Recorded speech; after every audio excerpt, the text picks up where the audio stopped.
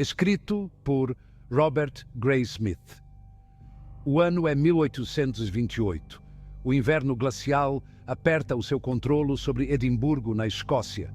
O ar é denso com fumo de carvão e o cheiro nauseante da pobreza. As lâmpadas a gás piscam fracamente contra a escuridão iminente. Nos becos labirínticos da cidade, as sombras dançam e os segredos sussurram. Esta é uma cidade de contrastes, onde a elegância e a miséria coexistem. Mas esta noite, algo perverso agita-se nas sombras. Algo sinistro que irá deixar uma mancha indelével na alma de Edimburgo.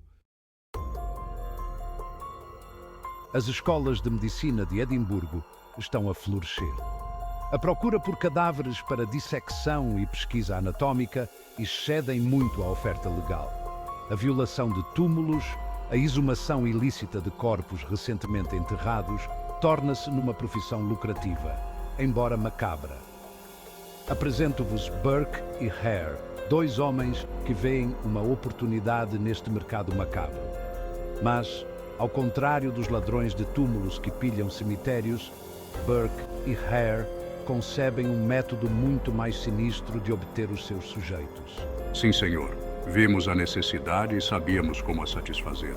Não há necessidade de paz quando há maneiras mais fáceis. Mais fáceis e rápidas, Burke. Quanto menos confusão, melhor. William Burke, um irlandês carismático com um olhar sedutor, possui uma certa astúcia animal. William Hare, uma figura taciturna e sinistra, complementa o charme exterior de Burke com uma frieza arrepiante. Juntos, formam uma parceria tão improvável quanto mortal. A sua hospedaria, um covil miserável no distrito de Westport, torna-se uma armadilha para os mais vulneráveis da cidade: os pobres, os doentes e os viajantes. O modus operandi de Burke e Hare é tão simples quanto horrível. Eles fazem amizade com as suas vítimas, oferecendo-lhes comida, abrigo ou álcool. Assim que as almas inocentes estão embriagadas ou incapacitadas, os assassinos atacam. Sem cordas, sem lâminas, sem venenos, apenas a pressão sufocante de uma mão sobre a boca e o nariz. Este método, mais tarde apelidado de Burking, deixa poucas marcas, tornando difícil detectar crime. É rápido e silencioso. Ninguém suspeita de nada. Sim, senhor. E os corpos ainda estão quentes quando os levamos ao Knox. Os corpos, ainda quentes, são então levados às escondidas sob a cobertura da noite. O seu destino. A poucos quarteirões de distância, no topo do Surgeons' Hall, reside o Dr. Robert Knox, um proeminente anatomista conhecido pelas suas dissecções cativantes, embora controversas. Knox, ansioso por avançar na sua pesquisa e indiferente à origem dos cadáveres, paga generosamente pelas entregas macabras de Burke e Hare. A notícia espalha-se pelos becos e vielas de Edimburgo sobre os desaparecimentos. Os boatos transformam-se em suspeitas, as suspeitas em acusações. No entanto, Burke e Hare, encorajados pelo seu sucesso e protegidos pela sua crescente riqueza, continuam a sua onda de crimes. Tornam-se mais ousados, mais descarados, já não se contentando em esperar que o destino lhes entregue as suas vítimas à porta. O teatro anatômico, antes um salão sagrado de investigação científica, torna-se um palco para um espetáculo macabro.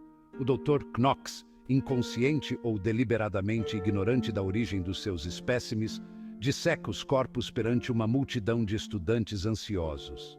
Os corpos, com as marcas inconfundíveis da obra de Burke e Hare, tornam-se em avisos sombrios do lado negro da cidade. Seção 5. Do outro lado do oceano. Um tipo diferente de terror. A cifra do zodíaco. Décadas mais tarde, e a um mundo de distância, um tipo diferente de mal domina a imaginação do público.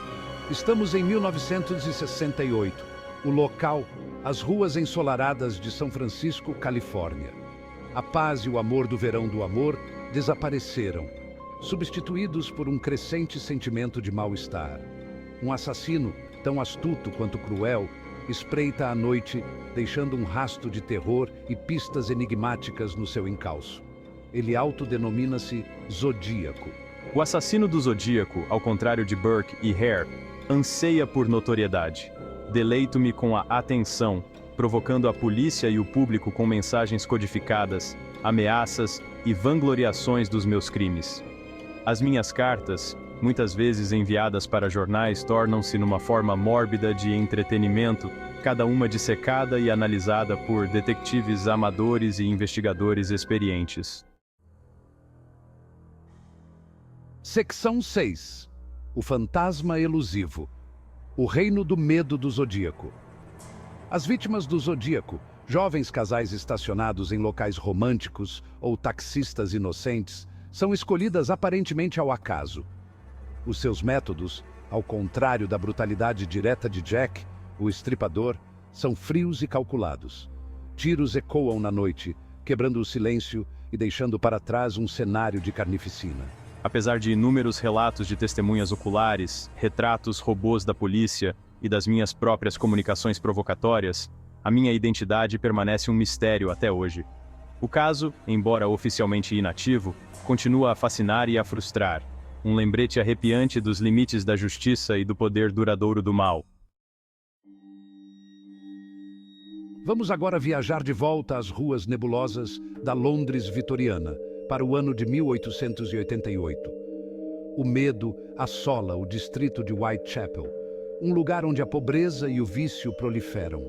Os postes de iluminação a gás projetam sombras longas e bruxuleantes, mas oferecem pouco consolo contra a escuridão que desceu sobre este bairro, pois aqui, em meio à miséria e ao desespero, um assassino espreita à noite.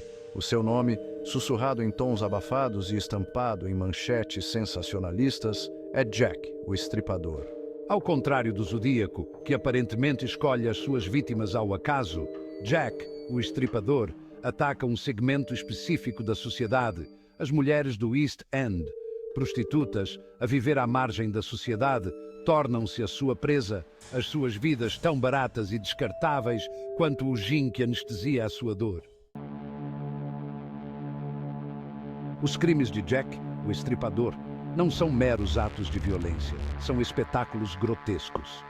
A brutalidade dos assassinatos, a mutilação dos corpos das vítimas choca até os polícias mais experientes. O Estripador, ao que parece, possui um conhecimento anatômico macabro, alimentando especulações de que poderá ser um médico, um açougueiro ou até um membro da família real. O Estripador, tal como o Zodíaco, provoca as autoridades. Cartas, supostamente escritas pelo assassino, chegam às esquadras da polícia e às redações dos jornais. Estão repletas de jactâncias arrepiantes, pistas enigmáticas e lembranças macabras. Mas apesar dos melhores esforços da Scotland Yard e do medo constante que assola a cidade, Jack, o Estripador, nunca é apanhado. A sua identidade permanece um dos mistérios mais duradouros da história criminal. O que leva um ser humano a cometer tais atos de crueldade indescritível? Será a ganância, como no caso de Burke e Hare, que lucraram com a morte das suas vítimas? Será a sede de poder e notoriedade, como o Zodíaco, que ansiava por atenção e controlo? Ou será algo mais primitivo, uma escuridão que espreita no coração humano, à espera do momento certo para emergir, como aconteceu com Jack, o Estripador? Estes casos, separados pelo tempo e pela geografia, oferecem um vislumbre arrepiante do abismo da depravação humana. Lembram-nos que o mal pode ter muitas faces: o bandido charmoso, o correspondente enigmático, o fantasma da noite. E obrigam-nos a confrontar a verdade incômoda de que a escuridão reside não apenas nas sombras, mas dentro de todos nós. Estas histórias, embora difíceis de digerir, exercem um fascínio estranho sobre nós. Talvez seja a emoção do desconhecido, o fascínio pelo não resolvido. Talvez seja o desejo de acreditar que podemos de alguma forma ser mais espertos que o mal, que podemos resolver o enigma e levar os perpetradores à justiça. Ou talvez seja uma curiosidade mórbida, uma necessidade de olhar para o abismo e garantir a nós mesmos que ainda estamos do lado seguro. Seja qual for a razão, as histórias de Burke e Hare, do assassino do Zodíaco e de Jack, o estripador, continuam a ressoar em nós até hoje. Lembram-nos que a linha entre a civilização e a selvageria é realmente tênue e servem como um aviso intemporal de que o mal, nas suas mais variadas formas, está sempre à espreita, à espera do seu momento para emergir das sombras.